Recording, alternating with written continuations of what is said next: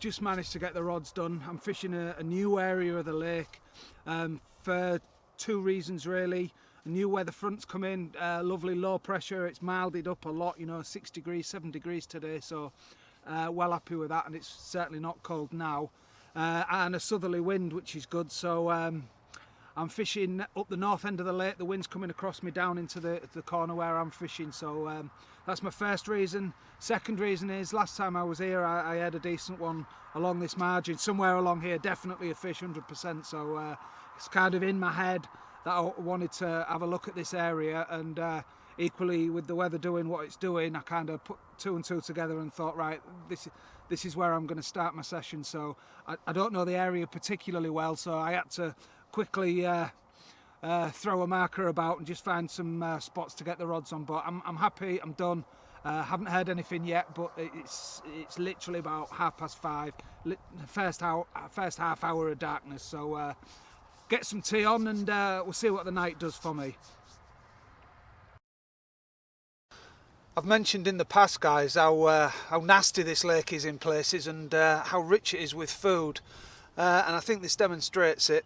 I've just pulled my marker through, just trying to find a new spot, and it locked up solid, and eventually I got this lot back in. Now that is a bit of a snag, so there's obviously a snag out there, so I've kind of mentally marked that spot because that's just snapped off, and look at the mussels that are on that, absolutely full of them. And as you can see, a load of line and tackle that was attached to it, but if you look at what else has come in, these little boys. Now, I'm not an expert at pond aquatics, but I believe these to be freshwater shrimp, and there must be 6 or 7 of them just coming on this little twig. So you imagine how much of that's out there, and that's what you're competing against.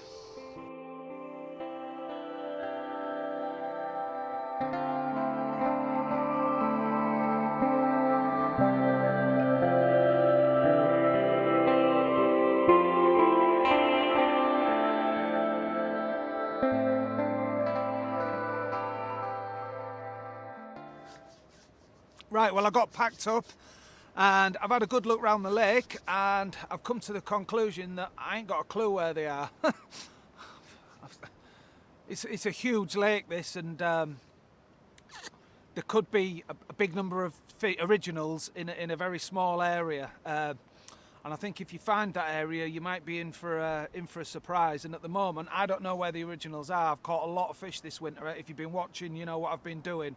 I've caught a lot of fish. The swim I'm catching most of the fish from, I'm purposely not going in it because I haven't seen or caught one of the originals from that spot. So you would have thought, I've done what, maybe 6-7 nights in that area. You would have thought, you know, the bites I've had, I must have had 30 bites off that spot now.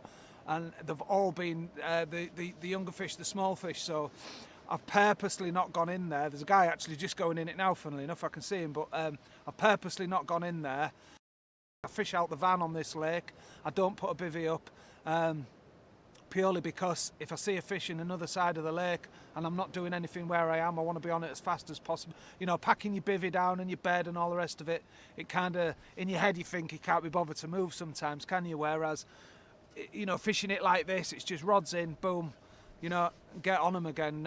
It's how I fished a syndicate called Manton not far from here, and it's pretty good way to fish them. You know, I found I was catching regularly, and if my swim went for some reason, I could get on them somewhere else. So I'm central on the lake at the moment. I fish fishing spots that, you know, I've had bites off before. I've had a few out of this swim, to be fair. It's been pretty good to me, this swim. So all I can do is sit it out and see what happens first hour of darkness. Well, I had a couple of fish through the night and stockies, but I want to show you this one I've had this morning. The sun's literally just coming over the horizon, and I have had, look at that. That has to be one of the most stunning carp I have ever seen. It's a fully scaled, but it's a linear. Can you see the linear pattern going down it? That is outstanding. Look at the red fins on it as well. He's probably about £8 or £10 this fish, but what an absolute stunning fish. Could you imagine this at £30? My God, what a stunner.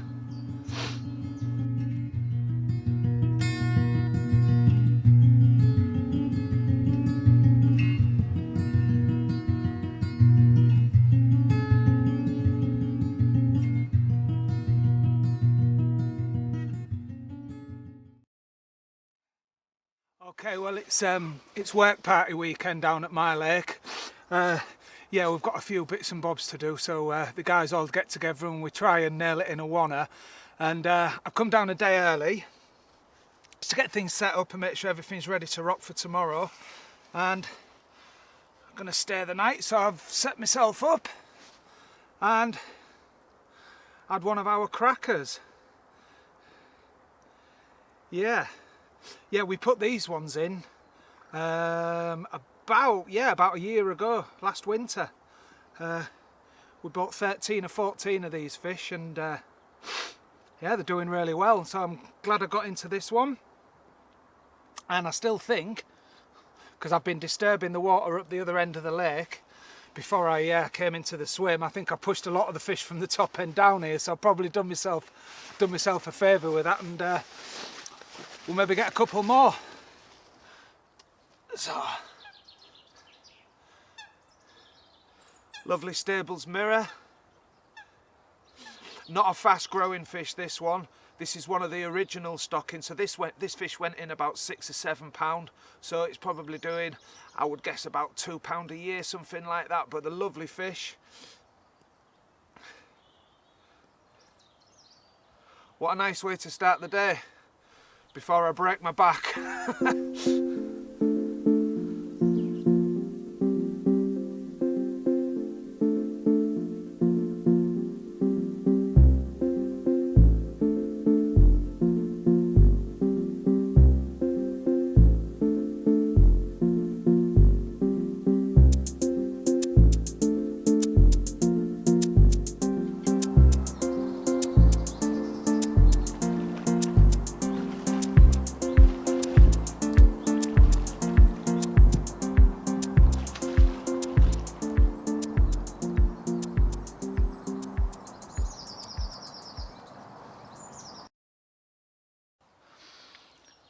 Well, not an eventful night. I mean, I had a fish last night. I had a £10 common, and Clive had about the same, another £10, £11 common.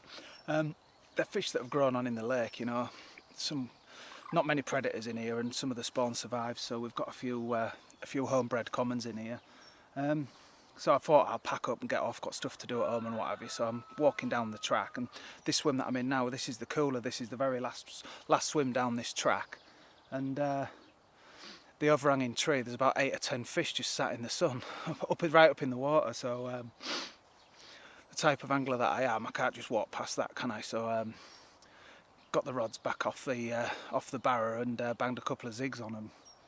I'm getting liners, and the cruising in and out very close to where my baits are, so you know, sometimes they're not feeding, but you can still winkle one out, and that's what I'm trying to do right now, so it's definitely worth stopping another hour, I think. Well, I didn't do any good the other day when I last left you, and I've come down this evening and I've literally been here an hour and had a bit of a result. That is absolutely perfect. This is a fish that we call I think it's a fish that we call T-bar. I'm gonna have to double check, but this hasn't been caught for nearly 18 months, this fish.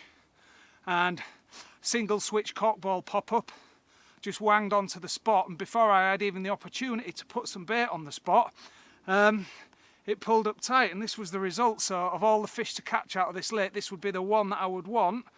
So what a mega result. I wasn't going to stay the night, but I've got another one in the net, by the way, and I haven't been here an hour yet, so what a fantastic result. Okay, so the other part of the brace, the fish that I had while I was landing the other one of the scaly fish that we've got in the lake. Come here. Obviously nowhere near as big as the last fish, but certainly makes up for it in looks, this one. So yeah, not a bad start, is it?